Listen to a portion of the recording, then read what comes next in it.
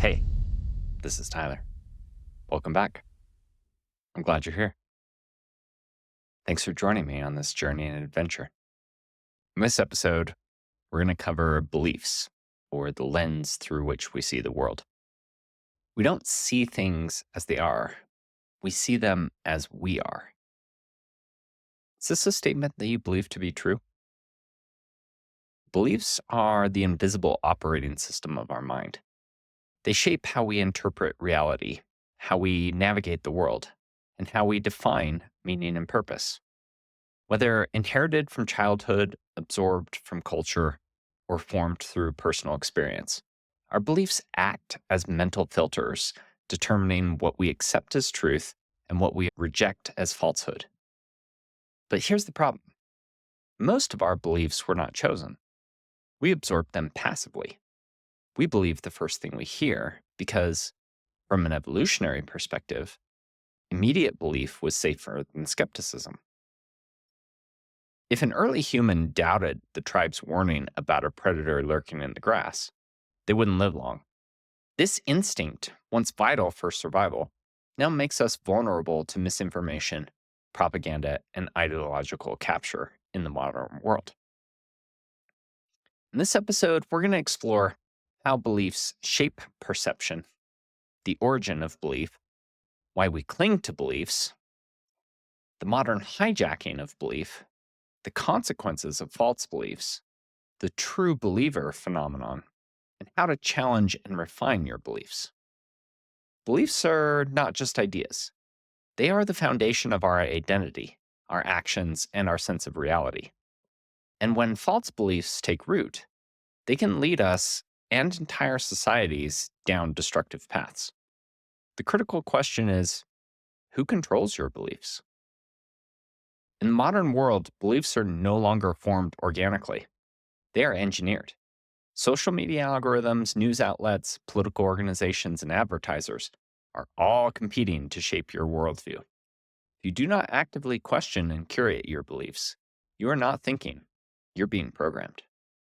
So ask yourself, are my beliefs truly mine? Or are they just ideas I've absorbed from my environment? What assumptions do I hold that I've never questioned?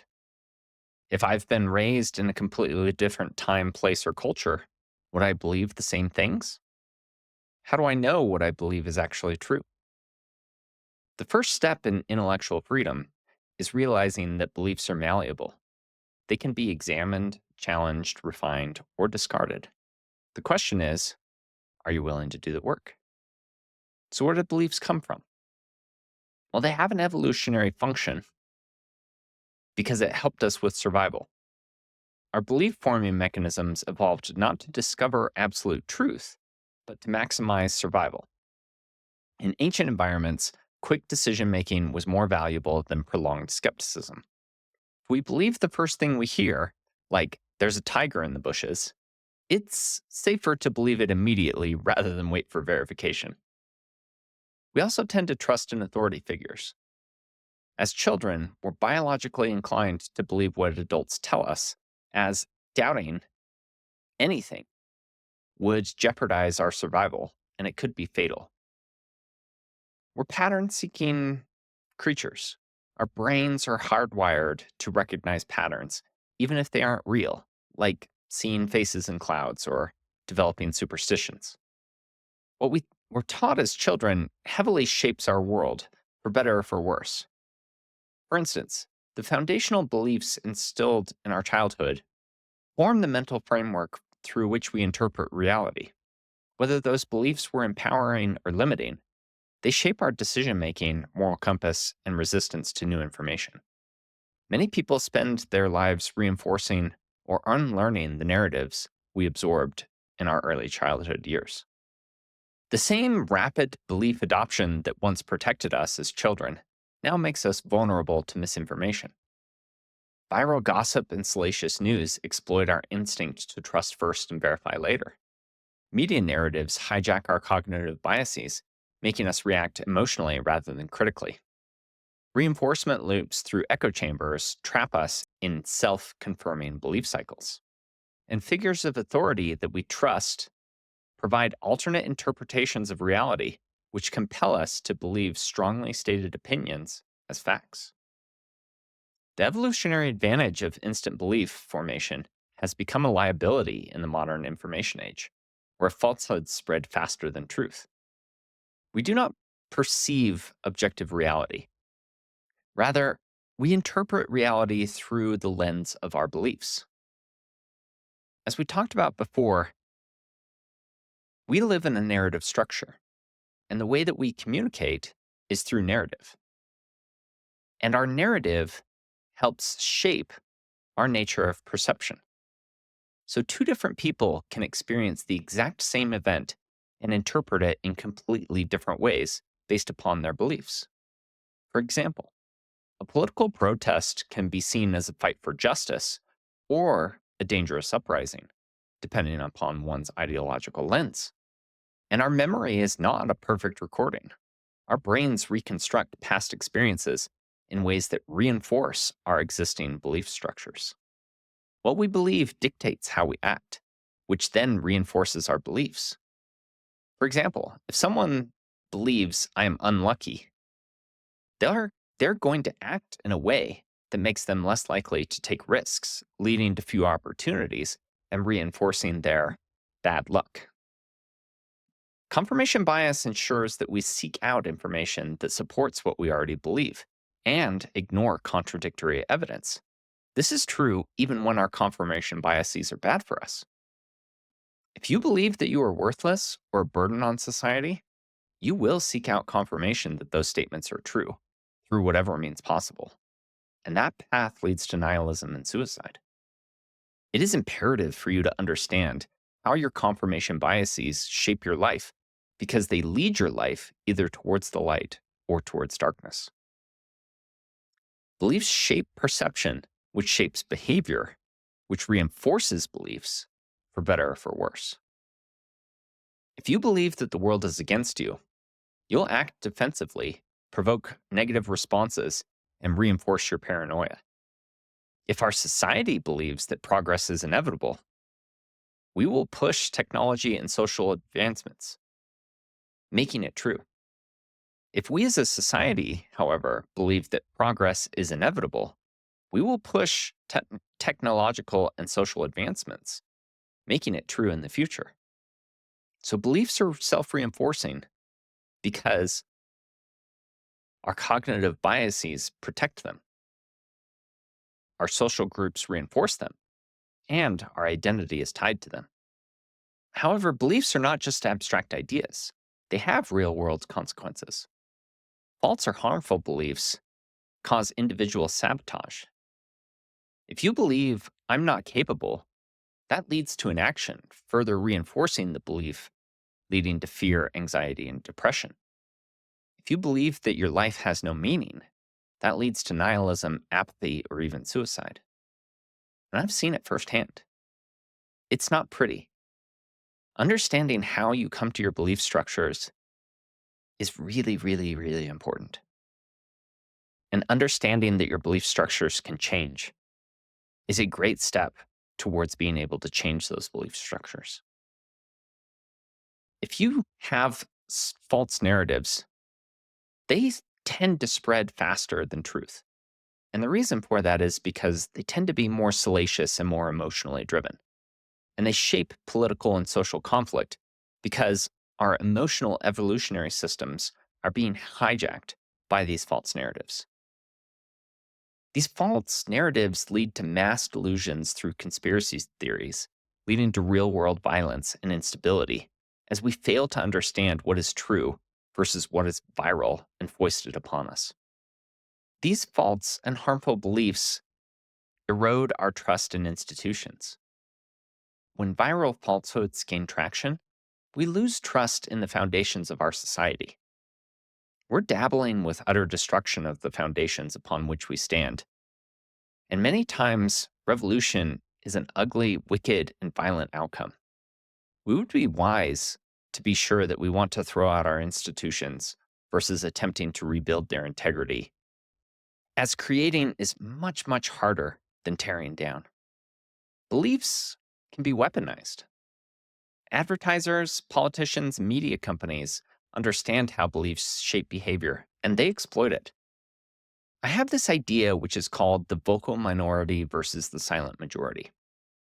And in this idea, I believe that beliefs often appear more widespread than they actually are because of how highly organized small groups amplify extreme ideologies. The most effective propaganda doesn't force people to believe something new, it amplifies what they already want to believe. I guess the key takeaway that I want to posit is if you don't choose your beliefs, they'll be chosen for you. We live in a world saturated with competing narratives, manipulative messaging, and socially reinforced illusions. Understanding that our beliefs are not inherently true, but shaped by forces beyond our control, is the first step to reclaiming intellectual sovereignty. If you don't actively question your beliefs, then they're not truly yours. They're just the ideas that you've absorbed from your environment. But our beliefs don't just shape how we think, they filter the very reality we experience. We don't see the world as it is, we see it through pre existing mental models that have been shaped by our upbringing, culture, and past experiences. These cognitive filters determine what we notice, what we ignore, how we interpret the same events as completely different realities from other people. History is often treated as a series of objective facts, but in reality, are historical events rather interpreted through the lens of cultural, national, and ideological narratives? Let's look at the American Revolution. It's often framed as a heroic struggle for freedom against tyranny. But to the British, it was an illegal rebellion against a legitimate government. To indigenous populations, it marked the expansion of settler colonialism that would eventually displace them.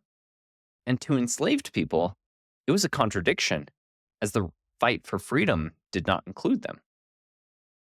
Even though the facts remain unchanged, the way history is framed and taught influences the beliefs of each generation. Nations build mythologies around their histories, emphasizing certain perspectives while downplaying or omitting others. The victors write history, but modern access to information allows more competing interpretations than ever before. This is why historical truth is always debated. It's not just what happened, but who gets to define what is meant and reinforce the belief systems which are present in a given society. Now, coming back to some subjects that we talked about last time, is individualism versus collectivism. Our cultural background determines whether we prioritize personal belief or group consensus, shaping everything from political ideologies to moral values. In Western societies, we emphasize personal autonomy, independent thought, and self expression.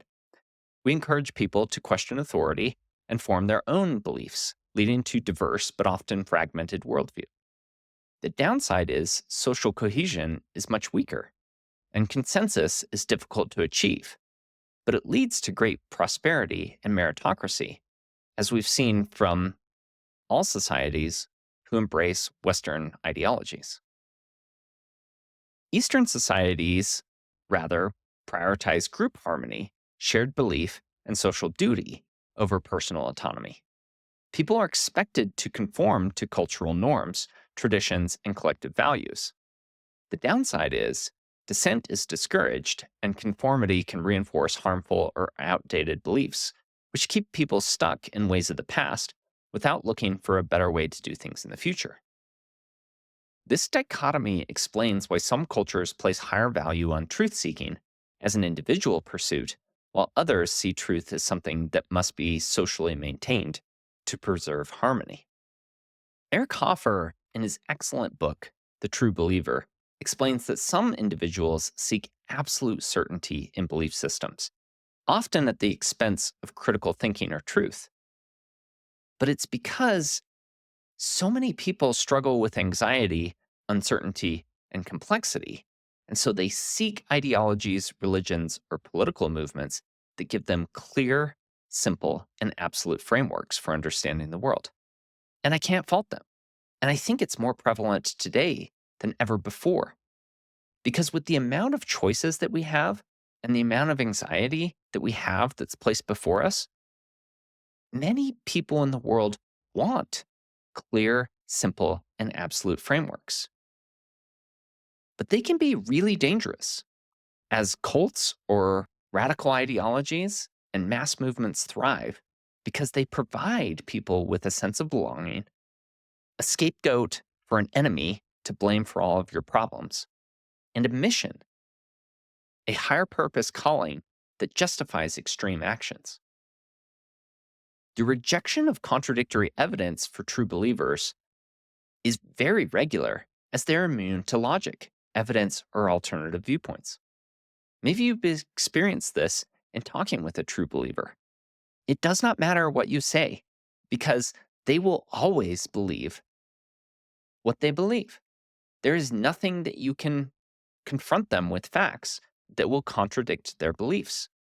They double down rather than reconsider. If you debate with any extreme ideology, you will fail.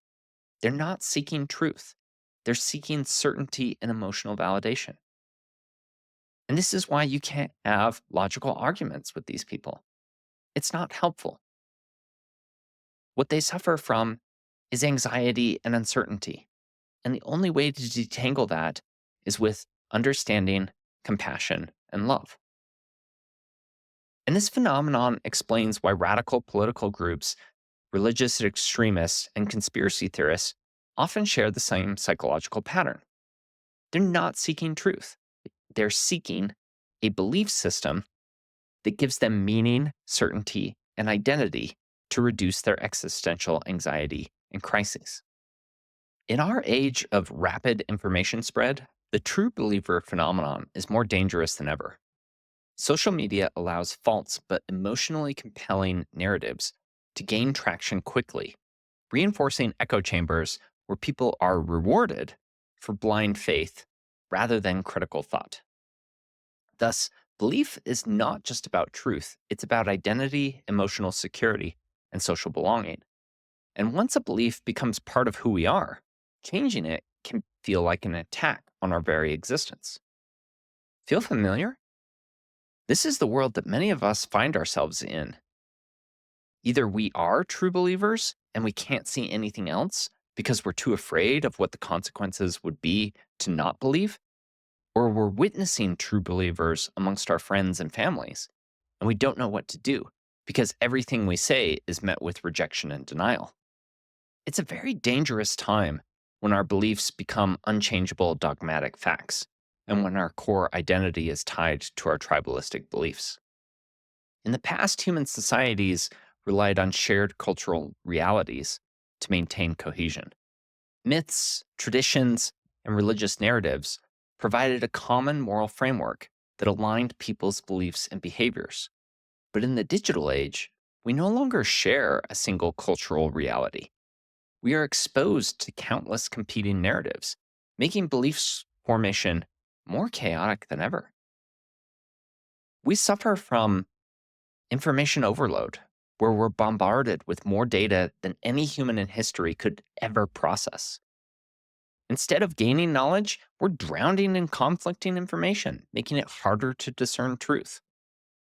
Social media and search engines tailor content to our pre existing beliefs, creating personalized realities. Instead of one dominant cultural narrative, we now have an infinite amount of micro narratives, often shaped by niche communities, influencers, and political agendas. And our trust in our institutions is at an all time low. We no longer have any confidence in universal trust. When we don't agree on who to believe, we default to our own tribe's version of reality. And this fragmentation makes it difficult to build collective truths, which leads to increasing polarization and the inability to agree on basic facts, leading to an utter deadlock on any amount of shared growth or forward progress. So let's discuss the problem of echo chambers. An echo chamber is an environment where people are only exposed to ideas that reinforce their existing beliefs, shielding them from contradictory perspectives. And they come from cognitive ease, in that it's easier to engage with ideas that we already agree with than to challenge our worldview. It comes from social reinforcement, where we surround ourselves with people who think like us because it validates our beliefs and it makes us feel good that we have a community of like minded members. It comes from algorithmic bias, where social media platforms prioritize engagement, which means controversial or emotionally charged content spreads faster than nuanced, balanced perspectives, especially when it elicits anger. And it comes from hostility towards dissent. In cultish ideological communities, disagreeing can lead to social ostracization, making people less likely to question their beliefs in order to maintain the benefits of being part of a group. And there are serious consequences of echo chambers, and that people become more extreme in their views because they are never exposed to counterarguments. False but emotionally compelling narratives spread unchecked, which means that misinformation spreads rampantly. And finally, different groups live in completely different informational worlds, and they're unable to find common ground, which further reinforces us versus them mentalities and polarization. Cultish groups filter reality through their echo chambers, and it makes real understanding nearly impossible. Our minds didn't evolve to seek objective truth, they evolved to help us survive. This means that we often prioritize beliefs that are useful, emotionally satisfying, or socially beneficial over those that are necessarily accurate. Our ancestors who overestimated threats, like treating that rustling in the bush as a predator rather than ignoring it, were more likely to survive. And this explains why fear based beliefs spread so easily, even if they're irrational. For example, many people have a fear of spiders, but almost no one fears cars, despite the fact that cars kill far more people than spiders do.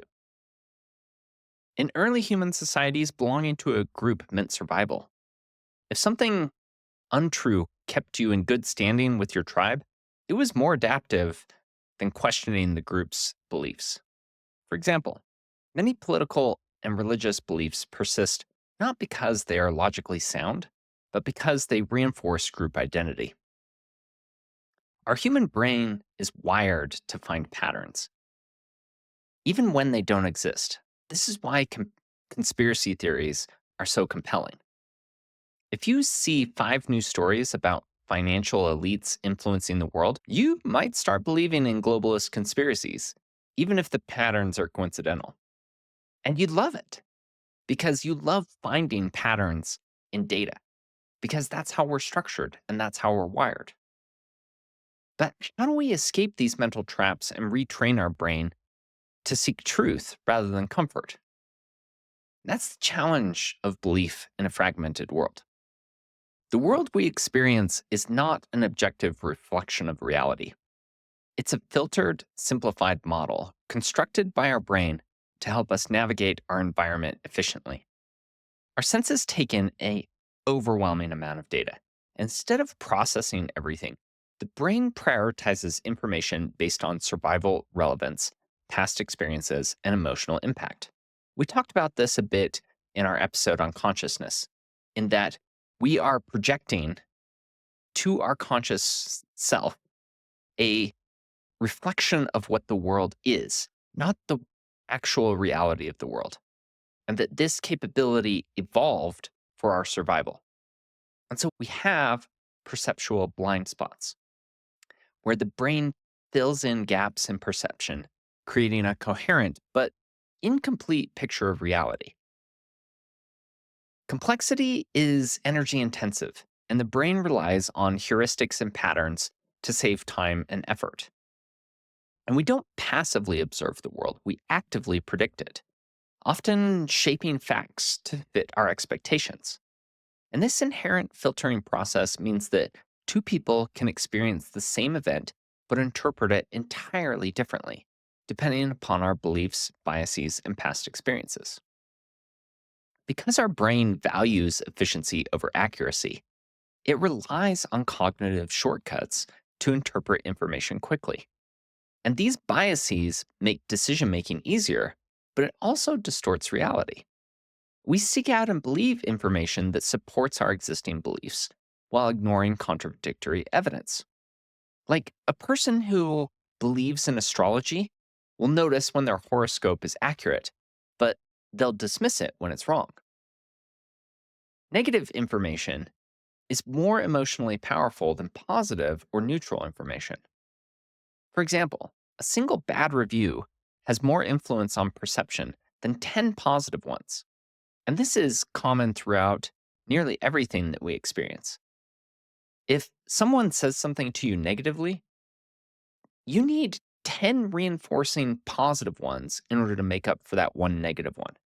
And that's very challenging because we can be so easily thrown off due to our negativity bias that comes from our evolutionary history, which means that you're better off surrounding yourself by much more positive people and much more reinforcing systems because you actually can't handle that much negativity.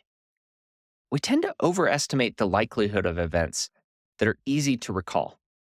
For instance, people fear plane crashes far more than car accidents, even though car crashes are statistically far deadlier and more frequent. And finally, we have the Dunning Kruger effect, where the less we know, the more confident we are in our knowledge. A person who has minimal knowledge of a topic speaks with certainty, while an expert recognizes nuance and expresses doubt. I would definitely consider myself in this case for the Dunning Kruger effect. I have no idea what I'm talking about in many of these things, and that's why it's a journey with you and I. And I say that kind of tongue in cheek, but it's helpful for us to know that we have these biases that are within us. They make critical thinking difficult. Our natural tendency is to believe what's easiest, not what's truest. And we tend to cling to our false beliefs. And that's because they're not just intellectual ideas, they're deeply embedded in our sense of self. Changing a core belief feels like a threat to our identity, making it difficult to accept new information that contradicts our worldview. We evolved in groups. Many of our beliefs are tied to our social identity, meaning that questioning them can feel like betraying our tribe. For example, if you're a person raised in a conservative or liberal community, you may find it emotionally painful to adopt an opposing view, even when presented with compelling evidence. When people are confronted with facts that challenge their deeply held beliefs, they don't change their minds. They double down and defend their beliefs more strongly, as we showed in The True Believer. This is especially true if someone believes in a conspiracy theory. I've seen this personally. They'll often interpret debunking efforts as proof that the conspiracy is real. If our social circle reinforces a belief, rejecting it can result in isolation, ridicule, or a loss of belonging. A religious fundamentalist questioning their faith may face rejection from friends and family. And that's very challenging. And so, if you're wrestling with beliefs, it's also really good to acknowledge to be kind to yourself. I know that I've struggled with beliefs and it led me to this point, but I had to rebuild a narrative and a belief structure in order to help me to get back to where I was. And so, if your world is crumbling around you, from personal experience, being kind to who you are, I think will help a lot. So, people don't believe facts, they believe stories that make sense to them. Facts alone are dry and uninspiring, but when they're woven into a compelling story, they become believable and memorable. Myths like the American dream frame the United States as a land of opportunity, even though upward mobility is statistically limited for many people. But the fact that we believe in it is something that becomes self fulfilling, and it's something that gives us something to work towards. Political campaigns, on the other hand, religious institutions, and media corruptions use stories to shape belief, sometimes in ways that distort the truth. like war propaganda that dehumanizes the enemy to justify violence. The most powerful beliefs aren't based on logic, they're based on emotionally resonant narratives that feel true to us rather than are true. And that's the fundamental point. So once a belief is deeply ingrained, rejecting it is psychologically painful. The brain physically rewires itself around strongly held beliefs, meaning that when we challenge them, we experience mental resistance that can feel similar to physical pain. The longer we believe something, the more reinforced the neural connections become. Challenging a core belief can feel like losing part of ourselves, leading to fear, grief, and uncertainty, sending us into chaos and the abyss. A lifelong religious devotee may come to the realization that their blind devotion was built on false premises, which causes them to enter into an existential crisis, feeling lost and disoriented. When confronted with evidence that contradicts our beliefs, our brain tries to reduce discomfort by either rejecting the new information or rationalizing our old beliefs. And this is why most people avoid changing their minds. It's often easier to remain comfortably wrong than to suffer through the painful process of unlearning. I know because I've spent a lot of my time in life unlearning past beliefs that I've had. Beliefs are tribal. Many beliefs are less about logic and more about belonging. If changing a belief means losing friends, family, or community, most people will choose loyalty over truth. Admitting we were wrong is painful because it feels like a personal failure. Instead of seeing belief revision as growth, we see it as humiliation. The more time and effort and emotion that we invest in a belief, the harder it is to let go, even when we're presented with clear evidence. Coming back to our conspiracy theorist who's spent years researching and spreading their beliefs, they're unlikely to abandon them because doing so would mean admitting that they wasted their time and their reputation. I've seen this so many times, and it's utterly sad that for these people, relinquishing their belief systems is too painful, and the individual would rather live a life walking through hell than to take the courage to change their own beliefs. It's a travesty, and it utterly destroys some people the more they become invested in their belief structures. So, how do you break free? How do you actively challenge your beliefs? Engaging with opposing viewpoints is one perspective. I've done a tremendous amount of reading of books, watching debates, and seeking out discussions with people who I disagree with. I find that to be really helpful. But also being willing to hear out an argument before outright rejecting it, and maybe giving 10% credibility to things that we haven't acknowledged before. This is something that Adam Grant proposes as a strategy to deal with this. Be 10% more skeptical of people you agree with, and be 10% more charitable of people you disagree with. I really like this perspective because it humbles us in our certainty of knowledge, and it encourages us to critically evaluate information from those who share our viewpoints, reducing the risk of echo chambers and confirmation bias. Simultaneously, it promotes empathy and understanding towards opposing perspectives, fostering open mindedness and reducing polarization. By applying this 10% rule, we can develop a more balanced and nuanced understanding of complex issues. So, how else can we actively challenge our beliefs? Steelmanning arguments is one way. So, instead of misrepresenting opposing views to make them look weak, like strawmanning, try steelmanning instead. Construct the strongest version of your opponent's argument and then use your ability to argue against your own beliefs. This is a sign of true intellectual integrity in order to evaluate if what you believe is true. And detach your identity from your belief. Recognize that changing your mind is a sign of growth, not weakness. The goal should be pursuing truth and growth, not defending past mistakes. Recognize that no one is immune to bias, including yourself. By comfortably saying, I don't know, instead of pretending certainty, you show incredible admiration from other people rather than blathering on about nothing and wasting people's time. Also, recognize when you're emotionally reacting to something. This has been very insightful for me as I've been on this journey. If new information triggers an emotional reaction in myself, I look at it and I smile. Am I reacting to this information with emotion or with rationality and wisdom? And am I responding to this information and rejecting it because it's false or because it makes me uncomfortable? And then the final question you can ask yourself is, what would it mean for my identity if this new bit of information were true? And wrestling with that without letting it strike your emotional systems is really helpful for understanding and emotionally detangling your belief systems. Finally, accept that unlearning hurts, but growth requires it. Growth means challenging comfortable illusions.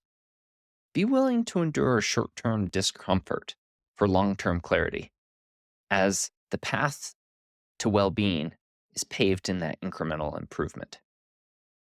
Changing our minds is one of the hardest things we can do. But if we seek truth over comfort, we must be willing to let go of old beliefs, even when it hurts. The question is, are you willing to do it? Beliefs shape our lives in ways we rarely stop to examine. They define how we interpret events, how we interact with others, and how we move through the world. But the uncomfortable truth is that most of our beliefs were not chosen. They were absorbed, inherited, or socially reinforced. We've seen that beliefs filter reality, that they shape what we see and how we act. We've seen that cognitive biases lock us into self reinforcing loops of confirmation. And we've seen that tribal identity makes it difficult for us to let go of long held views. The modern world is weaponizing belief through viral messaging, social media, and ideological amplification. And unlearning is painful, but it's necessary for growth. If you do not take control over your own belief systems, someone else will. And this is why critical thinking, self examination, and the courage to question your assumptions are essential. We must actively curate our beliefs, rejecting those that serve ideological truths over those that lead to real truths. We need to embrace the truths that lead us to wisdom and human flourishing. As we talked about in episode 2 with postmodernism, postmodernism tended to break down all narrative constructs to say that everything is just not meaningful and everything is subjective and relativism prevails in everything. And so we also have to be aware of that as well when we're looking at our belief systems. To take away all of the foundations will utterly destroy us. But without looking at our belief systems, we can still find ourselves in the position where we don't know what we truly believe, and it may be leading us towards something that takes us closer to hell. So I'm going to close this episode a little bit early. I was hoping to get to the nature of truth, but it looks like we're going to pivot to that in the next episode. And while our beliefs shape our reality, they don't necessarily shape objective reality. Not all beliefs are created equal. Some align with what is true, while others are convenient illusions. In the next episode, we'll go beyond belief and into truth itself. We'll evaluate what separates truth from belief, how we distinguish between different types of truths, and if there's a hierarchy of truths. And how does the modern world manipulate truth for power, influence, and control? What happens when a society loses the ability to discern truth? So, again, thanks for joining me on this journey and adventure. I'm glad you're here. I look forward to our next encounter, and good luck with your own journey.